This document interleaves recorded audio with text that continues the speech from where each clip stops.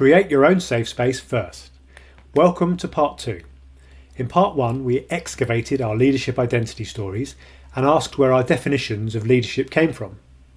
Today, we'll talk about creating psychological safety for our teams.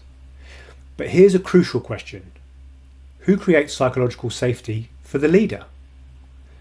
My guest Mercedes' second point was all about creating safe and brave spaces, and her insights on this were fascinating.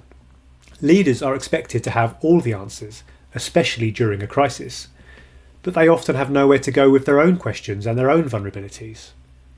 They're expected to have all the answers, but they don't have the safe place to be able to have those conversations. By the way, I picked that up because many of them tell me that they rather do this work in the company of strangers versus those in their own organization.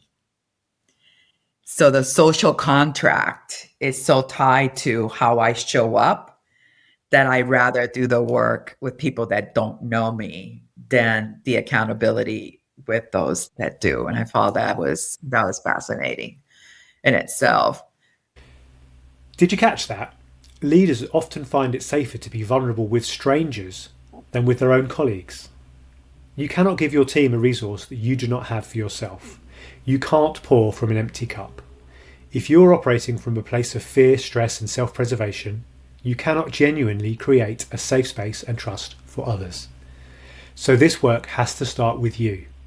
Creating your own safe space might mean working with a coach or therapist, building a small trusted peer group of other leaders, maybe even outside of your own company, practicing self-compassion and setting boundaries so you have the capacity to be brave.